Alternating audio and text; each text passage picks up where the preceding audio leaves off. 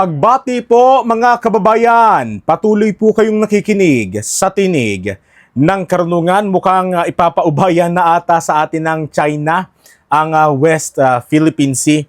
Ito kasing si Senator Rodante Marcoleta, mga kababayan, merong good news na dala-dala po mula po sa pakikipagkita at pakikipag-usap niya sa bagong ambassador po ng China dito sa ating bansa. Sa kanila pong naging pag-uusap, mga kababayan, ay natalakay po nila siyempre yung relasyon ng China at ng Pilipinas na alam naman natin itong mga nagdaang mga taon medyo may iringan. Lalo na yung may kaugnayan dyan po sa West Philippine Sea. Kaya ang isa po sa binigyang diin ni Senator Rodante Marcoleta dito sa bagong ambassador ng China sa ating bansa, kung paano re-resolbahin, kung paano pag-uusapan, pagkakasunduan at idadaan sa diplomasya yung West Philippine Sea na bahagi po ng ating teritoryo. Alam nyo mga kababayan, hindi ko maiwasang isipin yung naging pagtuligsa, pang-uusig ng mga bashers, ng mga kritiko ni Marcoleta sa kanya bago yung kampanya last year. Di po ba itong si Marcoleta raw anti-WPS daw, pro-China daw, talagang ibibigay daw ni Marcoleta ang West Philippine Sea sa China. Pero itong nangyari na pag-uusap po ni Senator Marcoleta sa bagong ambassador, ang layo po Dito talagang mapapatunayan natin yung pagmamahal ni Senator Rodante Marcoleta sa kanyang bansa. Kaya for sure, marami po ang matutuwa dito. Pero natitiyak ko rin, may mga tao at grupo ang maiinis at patuloy na bibigyan ng malisyosong konteksto itong ibabalita natin sa inyo. Kasi alam nyo naman yung mga grupo na yan, ginagamit na political weapon ang China para pasamain ang isang tao sa mata ng taong bayan. Lalo na yung mga galit na galit sa mga Duterte. Di ba yan ang kanilang lalaban na kesyo o maka-Duterte ka, maka-China ka agad. Yan ang kanilang labeling pero mamaya natin pag-uusapan yan. Dito muna tayo dumako sa balita at impormasyon na ibabahagi sa atin ng butihing senador. Diyan po sa saganang mamamayan. Ito po. Pero alam ko Yan. meron muna kayong mga good news para sa ating mga kababayan. Una po, gusto kong ibungad, kayo ho pala'y naimbitahan ng Chinese Ambassador to the Philippines. Yan. Sen. Sumuso ko naman Paano mo nalaman? Wala naman ako kinukwento sa'yo. Hindi, tsaka hindi pa yun, Sen. Wala kayong kamalay-malay. Nakunan ko kayo ng mga larawan. May picture pa? Ayan o. May lumitaw? Yan ho. Oo nga, no. Ayan, Akala ko nga, nasa China kayo, Sen. Sabi ko, naiwanan na naman tayo. Sa bang US, ito bang Chinese Ambassador to the Philippines. Ako ba yan? Opo. Naku, hindi kayo makapagkakaila. Hindi naman Hindi, ayan. naimbita ako Oho. Ayun. Yan ang bagong ambassador ng China Ayun. Yes po. sa ating bansa. Pinalitan niya yung dating ambassador na si Wang Zilian. Kilala Yes. niyo naman yun Opo. Sikat sa Pilipinas yun. Si Wang Zilian. Yung bagong ambassador na yan, binasa ko yung kanyang background. Siya mataas ang kanyang kanyang posisyon sa embahada ng China sa Amerika. Nakabase sa Washington, Ayos. D.C. Ang dati po, Kaya maski sa pagsasalita, Matastas. mag-English. medyo parang si Nelson mag-English. Ay. Matinding mag-English. Talaga, Alam nyo mga kababayan, ihinto ko lang saglit Ito for sure sa mga susunod na araw o mga linggo. Yung mga larawan na yan, kasi hindi pa ipinablik ni Senator Rodante Marcoleta sa kanyang page yan. Unang isinapubliko yung mga larawan na yan dyan sa saganang mamamayan. Pero maniwala kayo sa hindi. Pero sana wag mangyari. Kung hindi mangyari, di mabuti. Pero may posibilidad at malaki ang tsansa na gagamitin na naman ng mga tulongges na trolls at mga bashers ni Marcoleta yung mga litrato na yan. At ang kanilang ika-caption dyan, ito po ang katunayan na si Marcoleta pro-China. Kung hindi ba naman tatanga-tanga talaga? Pagka meron kayong nakita na ganung post, alam nyo na i-comment nyo, aangat-angat kayo. Ignorante kayo sa nagiging panayam, nagiging relasyon ng magkakaibang bansa. Yun lang ang ibig sabihin nun. ano na pag-usapan nyo, Sen? Yan ang sikreto. Sikreto? Hindi ko ba tayo inimbitahan Di ba? sa ano? Kasi isa sa mga bucket list namin ni Nelson na makapunta man lang ng China, Sen eh. Ayos. Tsaka ano, pag nakita mo yung mga promotion ng Chinese Ang diferensya tourism. sinabi niya sa akin, Oo. lahat ng mga kaibigan mong pumunta sa China, Yan. huwag mong isama. Yun ang problema. Nakakasama naman ng loob ito si ambassador na ito. Sinabi naman niya, alam mo, kanya, isa sa mga pag-asa ko na dapat mangyari habang ako'y ambassador, talagang ma-stabilize ko yung relasyon ng ating bansa. Ayun, yun naman pala eh. Bansa natin. Opo. Ganyan. Yan naman ang ginugusto ng lahat. Ambassador, ganun ang palaging kanilang layunin. Tama naman. Tama Yung naman. maging maganda, maayos, matatag, Oho. produktibo yung relasyon ng bawat bansa. Ayan. Okay. Oho. Abay sabi ko, maski ako ganyan at palagay ko lahat ng mamamayan namin, ganun ang Gusto yan, syempre. kanilang gustong mangyari. Opo. Oho. Sabi niya, magtulungan tayo. Sana tulungan mo rin ako na maipahayag natin sa kanila na ganun nga Aba. ang layunin ng China. Ayos. Ayan, ganyan. At marami kami pinag-usapan. Ano po yung meron bang kasi alam niyo naman ngayon Sen para may mga campaign sa social media na naman na para bagang pinasasama yung larawan ng China eh. Yan. Di ba? May mga ganong aminin naman natin o hindi, may mga kumakampanya ng ganun po eh. So although sa social media naman Sen. Oho. Ganun nga, maski siya naman alam niya yon. Opo. Ang pinakiusap niya lang, sana man lang ay... Ako hindi ako naniniwala na sa relasyon ng dalawang bansa ay dapat walang zero-sum game, sabi niya. Ang ibig niya sabihin, nung ginamit niya yung zero-sum game, parang bihasa ito sa lingwahe Diplomasya. ng Diplomacy. talaga. Yan. Yung zero-sum game kasi, kasama yan sa game theory, sa, alam mo na, sa diplomacy, public diplomacy na hindi naman kailangan mag-gain ka yung isa naman ay nalugi. Lugi, oo. Tama. Kailangan parehas. Pantay-pantay. parehas. Kumbaga win-win. Ang gusto niya yung walang nalulugi. Tama, tama. Maganda, may stabilize natin. Pangkaraniwan kasi, magkakagasta ka bago mo ma-stabilize. Dapat walang ganon. Walang negative. Kaya nga marami sa mga kababayan natin ang natatawa yung ganyang taktika, no? Ang isa sa pinagmamalaki ng administrasyon, kesyo nakakuha daw tayo ng, kung di ako nagkakamali, 1% tariff, no? Na dyan sa US. Pero, yung US, merong 19% tariff sa ating bansa. Pagka tayo ang, kumbaga taripa, dito sa Pilipinas, sa Amerika, 19%. Pero yung taripa ng Amerika dito sa Pilipinas, 1% lang. Paano mo masasabing win-win situation yun? Ang pinagdidiinan ng mga defensor, ng administrasyon, kesyo, pareho namang may taripe. Pareho namang aani. Kasi parehong may porsyento. Unggoy mag-isip, di po ba? Napakalayo ng 19% sa 1%. Diba? Pinipilit pa rin nilang i-justify na okay lang yan, pantay lang yan, makatwiran lang yan. So, niloloko taong bayan. Hindi namang mangyari yun. Sabi ko, palitan natin ang naratibo. Sabi ko ganyan. Lugi kasi Kasi ang nangyayari dito sa ngayon at maging yung media ngayon, maliit na bagay lang ang nangyari. Oo. Nagkaroon ng dispute sa South China Sea. Yan. Maaring nagkaroon ng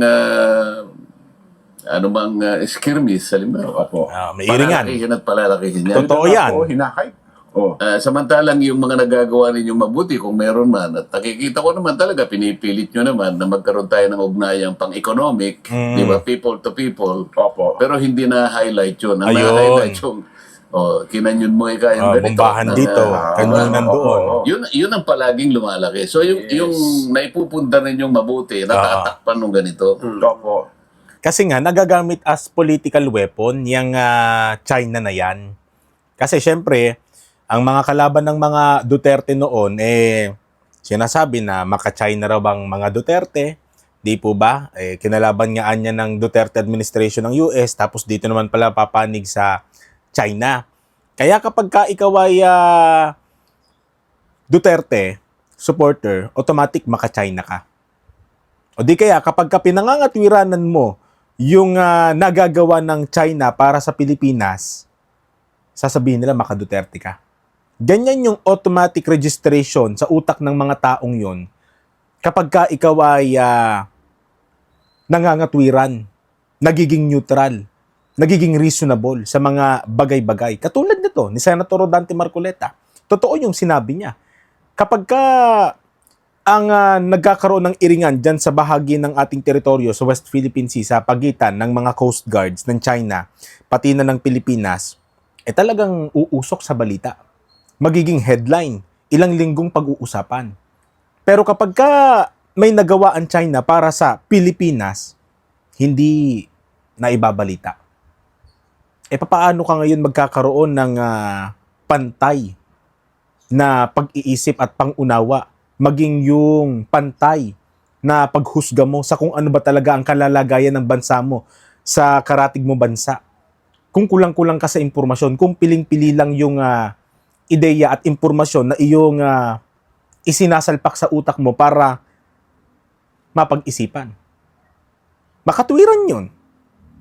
Kasi nagagamit niya sa political weapon niyang China na yan. Gusto ng mga grupo na gumagamit sa China's political weapon na pasamain ng China, pasamain ng mga Duterte para silang bumango.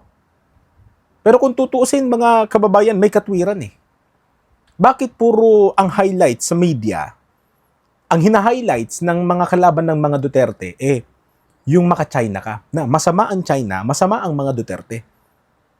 Pero hindi may pagkakaila na ang gobyerno natin nananawagan sa China na mag-invest dito sa Pilipinas. Anong katunayan? Tayo ba ay gumagawa lang ng kwento dito? Hindi po. Tayo ba ay fake news? Hindi po. Ito po ang isang balita noong nakarang taon pa. Ito. Ayan po, makikita nyo sa screen. Iaangat ko lang ng bahagya po. Yan. September 14, 2025 yan. Last year. Ang sabi dito, Philippine Ambassador to China Jaime Flor Cruz has urged Chinese businessmen to invest in the Philippines, emphasizing that the country is open for business and citing its strength in tourism, hospitality, wellness services, and education. Di po ba? Paano mo mahihikayat ang mga negosyante ng bansa kung mismong yung mga opisyal sa bansa mo abay katatapang, kaaanghang, kabibigat magsalita? At talagang pinapalabas pa dun sa bansa mo na masama yung bansa na yan. Tapos ikaw ngayon hihikayatin mo? Hirap na siguro yung ambassador natin dun sa China na kumbinsin yung mga negosyante dun. Teka ba kami magsabi, hindi, tinig ng karunungan, magkaiba po yung sa business. Dito sa ibang bagay na may kaugnayan sa pagitan ng mga bansa natin, hindi magkaiba. Maaaring sa aspeto, oo, pero magkaugnay ang mga yan. Isipin ba naman ninyo, halimbawa, kung ang Pilipinas sinisiraan sa China, baliktad naman. Pinasasama ang imahe ng Pilipinas sa China. Yun bang mga negosyante dito sa Pilipinas, kapag nanghimok yung ambassador ng China, sa tingin nyo mag-i-invest doon? Hindi. Sasabihin ng mga kapwa Pilipino natin na businessman, bakit kami mag-i-invest dyan? Di ba masama ang tingin nyo sa amin? Ganun lang din. Ang China sa Pilipinas. Bakit nananawagan ngayon? O noon? Hanggang ngayon naman, nananawagan pa rin. Paano? Nagsipulasan, nagsialisan sa bansa natin yung mga investors, yung mga negosyante mula sa China, na yun ang isa sa mga dahilan ng pagkabagsak ng ekonomiya natin. Aminin man ng administrasyon na ito o hindi, bagsak ang ekonomiya natin. At yun ang isa sa mga dahilan, nagsisialisan yung mga investors. Hindi lang sa China, kundi sa magkakaiba pang mga bansa. Dahil nga sa dulot ng korupsyon. Tapos tayo yung may ganang manawagan sa China, mag-invest kayo sa amin. Pero sa kabilang banda, yung ibang opisyal ng gobyerno, lumayas kayo dito, amin to. Amin ng West Philippine Sea, wala kayong karapatan dito. Ano yung double face? Kaya mga kababayan, natitiyak natin, mangmang sa politika, mangmang sa sistema ng gobyerno, mangmang sa pakikipagrelasyon sa ibang mga bansa, yung mga tao na ile-label ka as maka-China ka, kung pangangatwiranan mo lang ang mga ganitong bagay. Kung ikaw ay mayroong critical na pag-iisip, tapos ay ipinauunawa mo sa kanila na ganito dapat tayo, ganyan dapat tayo, para hindi tayo mapulaan. Para sa ibang bagay, hindi tayo pag-initan ng China. Tapos ile-label ka nila na maka-China ka, mangmang po yun. Sa kaalaman, mangmang po yun. Kung hindi man mangmang, sarado ang pag-iisip nila. O tuloy po natin. Saganang mamamayan. So sana nga, puro isda lang naman ang pinag-uusapan din. Ba't pa natin pag-uusapan ng pag-aawayan pa ba natin ng mga isda? Sabi ko, yung mga isda, common yan eh. Common. Yes po, oo. Ngayon, kung payag ka, sabi ko, simulan natin doon sa sinabi ka ako nung arbitral tribunal. Medyo Yan. napagano siya, ng arbitral tribunal eh. Nanalo tayo dyan. Iniiwasan nila yun. Allergy. Allergy. Relax ka lang, cool. Kasi sinabi lang doon, ako, palitan natin ang naratibo. Kasi sinabi niya, yung Scarborough Shoal Apa. is a traditional fishing ground. Opo. So, siguro, naiintindihan mo naman yun, no? Sabi niya. Ibig sabihin noon, mangingisda ninyo, mangingisda ng Vietnam, mangingisda ng Pilipinas, pare-parehong pwedeng makinabang. Mga isda lang ang pinag-uusapan. Magsimula tayo sa mga bagay na pwede nating pagkasunduan. Ayun. Oo. Yun ang palaging maganda sa diplomacy. Opo. Umanap ka ng maraming mga bagay-bagay na pwedeng mapagkasunduan. Ayun. Iwasan natin yung mga bagay na umpisa pa lang, Away na. magsusuntukan na tayo. Kaya nga diplomasya sen. Oo, tingnan mo ka yung ginawa mo sa Vietnam, nakapag-arrange kayo ng isang lugar, o dito ka, kanya, dito kayo. Opo. Naayos ninyo yun. Nagkaroon ng medyo banggaan doon talaga. Pari lang kayo ron. Pero later on, naayos nyo. Ayun. Naayos nyo rin yung sigalot nyo sa India. Ayun. Oho. Meron din kayong sigalutan sa panig ng Japan. Pero naayos nyo. Bakit sa Pilipinas hindi natin Parang hindi umpisa? Paano maayos dito sa Pilipinas yan? Yung mga nakaupo, mga politiko man yan, o mga opisyal, yung iba dyan, akala mo kung sinong katatapang. Pagka inumangan naman siguro ng nuclear ng China, abay sila pa unang magtatago sa ilalim ng lupa. Pero kapag ka yabangan, talaga magpapapreskon pa. Iyayabang pa yung kung ano-anong kesyo, may armas tayo sa ganito, may armas. Wala tayong pangmamaliit dito eh. Hindi tayo nandidiscrimina dito ng puwersa. Hindi natin minamaliit ang puwersa, ang sandatahan ng ating bansa, ng Pilipinas. Naku, baka masabihan na naman tayo, maka-China rin tayo. Ang sinasabi lang natin dito, haharapin natin yung realidad. At marami sa mga kababayan natin alam ang realidad. Isang bomba lang ng China sa atin, kawawa tayo. Isang bomba lang. Anong maihaharap mo dyan? Yabang mo? Yang pagiging ngawngawero mo sa media? Yang pagiging tapang-tapangan mo sa social media? Yung pagiging keyboard warriors mo, walang magagawa yan. Kapag ka nandun na tayo sa realidad, kapag ka nakaumang na ang digmaan sa pagitan natin, sabihin na natin hindi digmaan, yung pag-initan ka na lang. Doon na lang sa mga barko dyan sa West Philippine Sea, kitang-kita natin. Kitang-kita natin kung gaano ang kalamangan ng China sa atin. Kaya napakaganda nito ng ipinapanukala ni Senator Marcoleta, diplomasya. Baguhin natin ang naratibo. Kung may hindi kayo nagustuhan, kaya hindi nyo iginagalang yung arbitral, yung ruling nila na nanalo ang Pilipinas sa teritoryong yan, baguhin natin. Ano bang mga hindi nyo nagugustuhan? Ano bang hindi nyo pinapanigan at bakit ayaw nyong tanggapin yung sa arbitral? Ayaw nyong irespeto? Ano gusto nyong baguhin sa naratibo? Mag-usap tayo. Kaso nga lang, paano mangyayari yun? Kung yung mga matataas at mas makakapangyarihan kay Marcoleta, ginagamit ng political weapon at propaganda, yung China na yan, para pasamain sa isip ng ating mga kababayan. Nga yung gusto namin mangyari. Ayun. Oho. Diba? Oho. Oho. So, kapag ka nailagay na, ang naratibo mapapalitan natin. Ayun. Pagkatapos yung Code of Conduct, bakit pagkatagal-tagal hindi natin maayos-ayos yun? Mhm. Sabi ko, napirmahan sabi ko ng ASEAN at saka ng China yung Conduct of Parties. 2002 pa yun eh. Opo. Pero yung Code of Conduct, after that, 2002, 2026 na ngayon sa Makatwid, mahigit na 20 taon na nakararaan. Hindi pa umusad itong conduct. Oo. Ha? Yan. Ayun. O sabi niya, paano kasi dalawang bansa ang medyo, ano rito, maayos na sana eh. Ayun. Dalawang bansa ang medyo nahihirapan kami. Oho. Pasensya ka na kanya, ang kasama yung Pilipinas at saka yung Vietnam. Opo. Dalawa na lang, sabi niya. Pero mas marami kanya yung problema sa panig ng bansa. O sabi ko, pagtanoin natin. Pagkasunduan, pag-usapan. natin. Importante nagkakausap sir. Kasi no? kapag hindi nagkakausap, hindi naman natin, kamukha namin, sino ba ako yung kinakausap mukha ako sa panig namin? Yan. Palagi naman ang Department of Foreign Affairs. Kaya nga naisip ko, sana nakikinig ang Department of Foreign Affairs. Siguro yung composition ng kanilang negotiating panel, isama nyo naman ako yung mga taga-legislature. Hindi naman, kayo-kayo na lang ang nagkakaharap yan.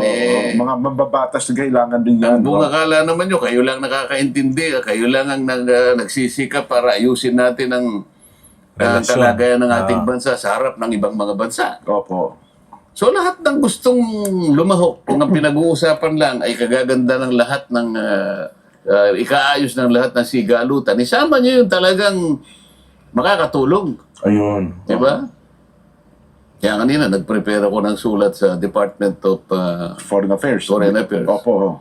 ano na ba yung status ng COC natin? Oho. Ano ba yung mga pinagtatalunan pa? Ano ba yung mahirap? Ano ba yung contentious? Di ba? Yan. Nasaan na ba tayo? Sino-sino ba kayo? Ano bang composition? Tinanong ko sa panig ng China. Maraming bahagi ng kanilang lipunan ng kasangkot. Merong academe. Meron silang yung mga NGOs din nila. Oho. Meron sa panig ng militar. Meron sa panig ng Coast Ibig Guard. sabihin, may lahat. supportado So, talaga. Talagang sila, yung malaki, yung composition ng Magkakaisa. humaharap doon sa panel. Hindi ilan tao lang. Oo, Sa kanila, ngayon, meron kung sa talaga. DFA naman, DFA lang. Opo. Oo. Ay, nga. ba't hindi mo isama yung Mga mambabatas. ibang magsama sektor. ka nung mga nakakaintindi sa kamukha niya. Pinag-uusapan Angkin. natin kung nasa ng West Philippine Sea talagang hanggang ngayon. Hanggang ngayon, hindi nila maipormang mabuti yung eksaktong coordinate ng West Philippine Sea. Oho. Di ba? Oho. Sabi ko, magsimula tayo sa mga ganito. Payag naman siya. Katapos, usap kami, kasi ang mabigat kanya, yung defense ministry ninyo, sabi niya, ayaw makipag-usap eh. Parang close sila. Ganun po. Oho. Oo. Ayun, paisa. Subukan natin lahat ng kakoy, iniisip mo kakong mahirap, pag-usapan natin. Oho. Kung sinasabi nilang nakasara, di buksan natin. Ayun. Di ba? Pumatok tayo, baka pwede ko sila magbukas. Oh. Sabi niya, meron ka ba kanyang contact, sabi niya, sa opisina ng DND, sabi niya.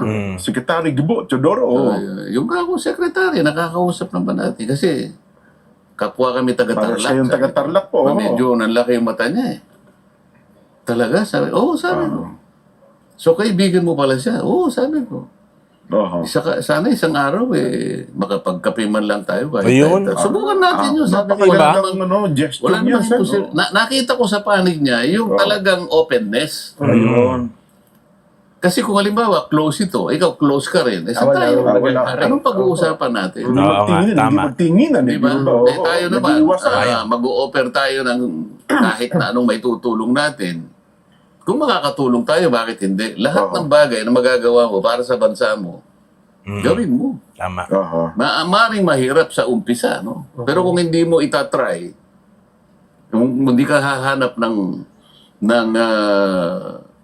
paraan Opo. kung paano lalong- natin masisimulan yung pag-aayos. Lalong walang yung lang matatapos. pagsisimula, problema eh. Ayun nga po, Kasi paano nagsarado sisimulan? yung isa. Oho. Nagsara din naman yung isa. Oho. Di wala na. Wala talagang mangyayari. Ayun. Kaya sana, itong naging simulain ni Senator Rodante Marcoleta dito sa bagong ambassador ng China, magtuloy-tuloy at magkaroon ng katuparan. Nakita naman natin na talagang batay sa ibinalita ni Senator Marcoleta sa kanyang mga termino, talagang suportado siya ng ambassador ng China at talagang open sa pakikipag negosasyon o diplomasya ang dalawang bansa. Sana tayo magpakumbaba na rin sa panig natin. Huwag lang gamiting political weapon pa. Di ba? Nakikita nyo na natatakot na yung mga kababayan, yung mga nasasakupan ninyo sa Pilipinas na talagang nangangamba na dahil sa pagbobomba ng Coast Guard ng China sa mga mangingisda natin. Tapos ayaw nyo pang magpakumbaba. Kayo rin kasi sa totoo lang. Kayo rin kasi ang ma-pride, mayabang. Pakumbaba na. Diplomasya. Doon simulan. Po ba? Pagka nasimulan naman yon, hindi yung ikaw pa yung magsasara ng pinto mo na para bagang ikaw pa yung mas malaking bansa. Buksan mo. Kung ang mas malaking bansa na lumalapit, ano yan, pride? Ano magagawa ng pride ninyo, kayong mga nakaupo? Kung hahandusay din naman yung mga nasasakupan ninyo sa kalsada, pag nagkataong lumala yung sitwasyon natin. Hindi po ba? Sana, ito na ang maging simulain sa pagresolba po, lalo na dyan sa bahagi ng ating teritoryo, West Philippine Sea. Antabay pa po tayong patuloy sa mga ibabalita pa sa atin ni Senator Rodante Marcoleta. At bago po yan mga kababayan, bago tayo magtapos, nais ko lang pong batiin, pinababati po ni kapatid na JV Bumagat. Shout out po sa lahat po ng mga taga-lokal ng Maharlika, Bulacan East. Ayan, pagbati po sa mga kapatid na sumusubaybay po sa tinig ng karunungan. Hanggang sa susunod po na talakayan. Paalam.